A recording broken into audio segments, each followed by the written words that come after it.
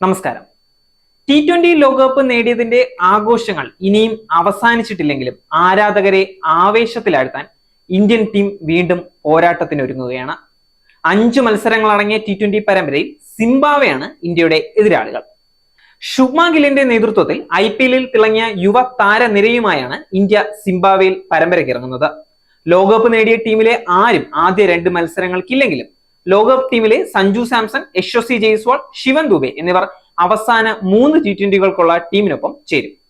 ലോകകപ്പ് ടീമിലെ റിസർവ് ലിസ്റ്റിൽ ഉണ്ടായിരുന്ന ശുഭ്മാൻ ഗില്ലാണ് ടീമിന്റെ നായകൻ. IPL-ൽ തിളങ്ങിയ റിയാൻ പരാഗ്, അഭിഷേക് ശർമ്മ, ഹർഷിത് റാണ എന്നിവരെല്ലാം അടങ്ങുന്നതാണ് യുവ ഇന്ത്യൻ നിര. സഞ്ജു സാംസൺ ആയിരുന്നു ആദ്യം പ്രഖ്യാപിച്ച ടീമിലെ പ്രധാന വിക്കറ്റ് കീപ്പർ. എന്നാൽ ലോകകപ്പ് ടീമിൽ ഉണ്ടായിരുന്ന സഞ്ജുവിനും യശസ്വിക്കും ദുബെയ്ക്കും യാത്രാ ബുദ്ധിമുട്ടുകൾ കാരണം അവിടെ എത്താൻ സാധിക്കാത്തത് കൊണ്ട് തന്നെ ആദ്യ 2 മത്സരങ്ങളിൽ വിശ്രമം നൽകുകയായിരുന്നു. പകരം സായി സുദർശൻ, ജിതേഷ് ശർമ്മ, ഹർഷിത് റാണ എന്നിവരെ സെലക്ടർമാർ ടീമിലേക്ക് എടുത്തു.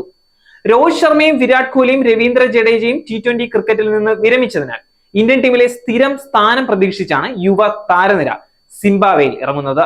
ഭാവി ക്യാപ്റ്റനായി പരിഗണിക്കുന്ന ശുഭ്മാൻ ഗില്ലിനും ഈ പരമ്പര നിർണായകമാണ്. ജൂലൈ 6, 7, 10, 13, 14 തീയതികളിലാണ് മത്സരങ്ങൾ നടക്കുന്നത്.